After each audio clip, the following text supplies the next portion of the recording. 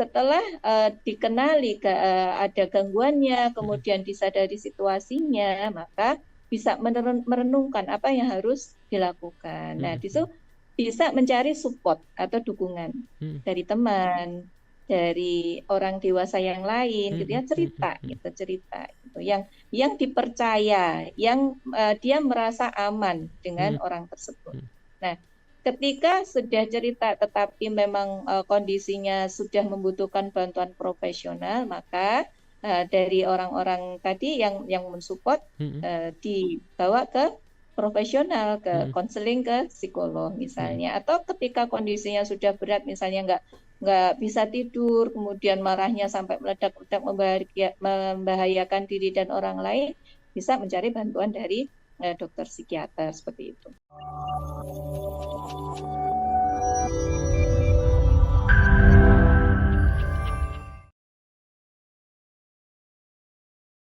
Ada beberapa judul bab ya di dalam buku Mhm saya mhm tentang yang di ini ya topik mhm yang ditanyakan oleh Mbak mhm Ruli tadi. mhm Jadi ada orang tua yang hobi menghukum, mhm kemudian mhm ada afirmasi label negatif, mhm gitu ya. Jadi setiap ngomong itu bisanya menyalahkan gitu ya. mhm Kamu bodoh, maaf ya, kamu bodoh mhm misalnya, mhm kamu mhm nggak tahu tahu malu mhm misalnya dan lain mhm sebagainya. Dan itu nyata gitu ya. Itu tadi yang saya ungkapkan berada di kamar konseling mhm itu pasien klien mhm gitu ya. mhm Nah, dari situ pasien atau klien itu tentu saja ya anak itu akan terluka gitu ya. mhm mhm Jadi kepercayaan dirinya hilang, mhm dia merasa tidak berguna sehingga udah di dalam kamar aja jadi mhm malas ketemu sama ibu. Nanti aku kalau ngomong pasti disalahkan gitu mhm ya. Aku kalau ngomong pasti dianggap bohong mhm. gitu. Jadi kepercayaan dirinya lama-lama menjadi Turun. terkikis Mhm gitu ya. Konsep dirinya juga akan tersakiti iya. gitu. Mhm Seperti itu mhm. ya. Oke. Nah, kemudian di buku ini juga Mhm dijelaskan bagaimana tip-tipnya mhm menghukum itu caranya seperti apa gitu mhm ya.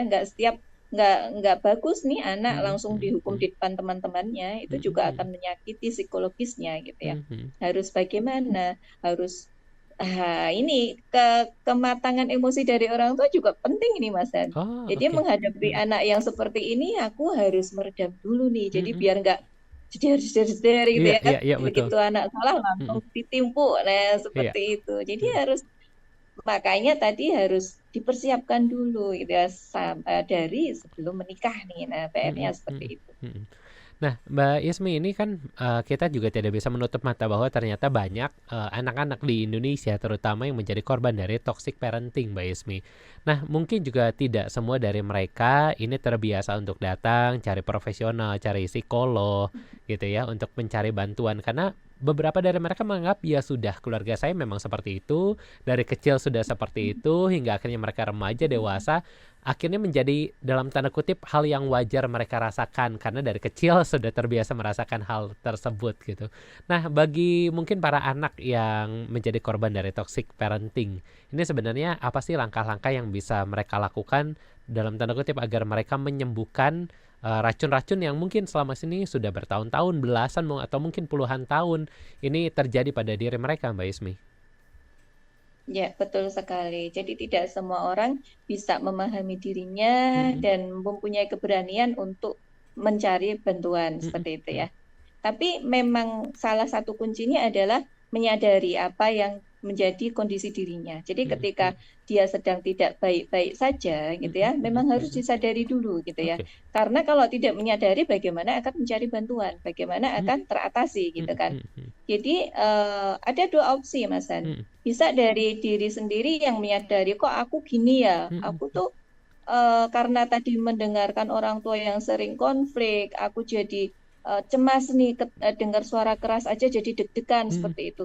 Itu kan sudah menyadari kondisi. mm, Tetapi ada yang anak yang sadar, tapi mm, ada anak yang aku kenapa toh nggak tahu gitu ya, mm, akhirnya mm, jadi terpuruk gitu. mm, Nah itu tugas dari orang-orang dewasa di sekitarnya, mm, mungkin dari guru kalau masih jadi siswa atau teman-teman mm, gitu ya yang untuk mungkin dari mereka kok ini anak tiba-tiba kok jadi pendiam ya mm, karena kemarin itu rame loh gitu ya kalau kalau ketemu rame mm, kalau mm, ada mm, apa-apa mm, dia bisa maju, bisa berani, tapi kok Mhm.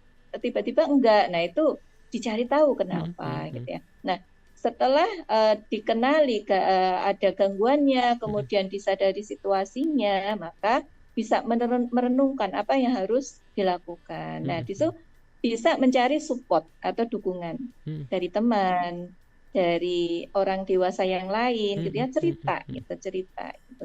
Yang dipercaya, yang dia merasa aman dengan mhm orang tersebut. mhm Nah, ketika sudah cerita tetapi memang kondisinya sudah membutuhkan bantuan profesional, maka dari orang-orang tadi yang mensupport mhm dibawa ke profesional, ke mhm konseling, ke psikolog mhm misalnya. Atau ketika kondisinya sudah berat, misalnya nggak bisa tidur, kemudian marahnya sampai meledak-ledak membahayakan diri dan orang lain, bisa mencari bantuan dari dokter psikiater seperti itu.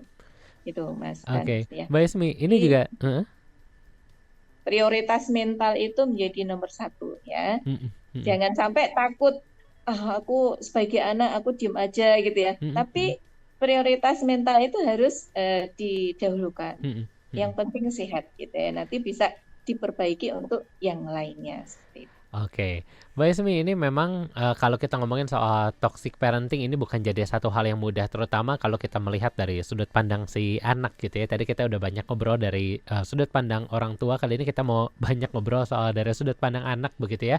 Mungkin banyak dari anak-anak yang akhirnya sadar kalau mereka dalam kondisi yang tidak baik-baik saja gitu ya.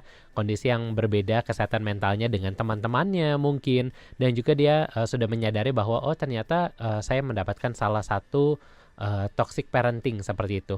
Tapi juga Iya. banyak dari anak-anak yang akhirnya tidak berani speak up karena takut ketika mereka cari bantuan profesional, ketika mereka speak up ke orang tua takut tambah dimarahin Mbak Ismi gitu ya. Kamu ngapain ke Betul. ini? Emangnya kamu dalam tanda kutip gila gitu ya. Orang banyak ngomong.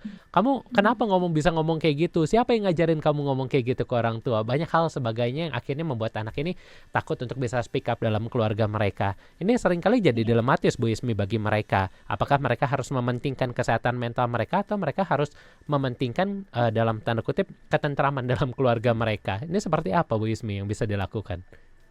Oh iya, betul sekali. Akan tetapi ketika anak sudah menyadari kondisinya, saya Mm-mm. yakin akan mencari bantuan ya, Mm-mm, bantuan dari mm-mm, mungkin kalau enggak ke profesional dulu tadi, ke mm-mm, teman-teman yang dekat gitu ya, yang mm-mm, dia bisa enjoy ngomong seperti itu. Nah, mm-mm, nantinya akan dibantu oleh teman-teman yang dekat tadi. mm-mm, Misalnya nih kalau sampai ke profesional atau mungkin teman dekatnya kan punya orang tua nih. mm-mm, Karena memang memang kalau anggapannya orang tua seperti di salah satu bab buku saya juga mm-mm, seperti itu. Ya, kadang-kadang orang tua nggak tahu nih anak-anaknya itu memiliki atau mengalami gangguan kesehatan mental gitu ya mm-mm, dari apa yang diperlakukan oleh orang tua gitu ya mm-mm, sehingga mm-mm, lo ya mm-mm. saya dulu bapakmu itu dulu juga di seperti ini nggak apa-apa nyatanya gitu Iya, ya iya, iya, kadang-kadang betul. kan seperti itu. Nah itu orang tua belum ada kesadaran menuju ke Mm, sana. Nah itu mm, PR-nya adalah kita butuh nih pihak ketiga ya, mm. pihak pihak orang lain sebagai mediatornya. Oke. Mungkin sudah belum sampai ke profesional, Mm, jadi mm, bisa dibantu oleh temannya tadi mm, mm, atau orang tuanya ya orang dewasa yang bisa memberikan sumbang saran kepada orang tuanya, menyadarkan orang tuanya, oh ternyata nih anak bapak itu seperti ini gitu ya, sehingga membutuhkan bantuan gitu untuk menjadi sehat mentalnya karena mm, kondisinya memang berbeda.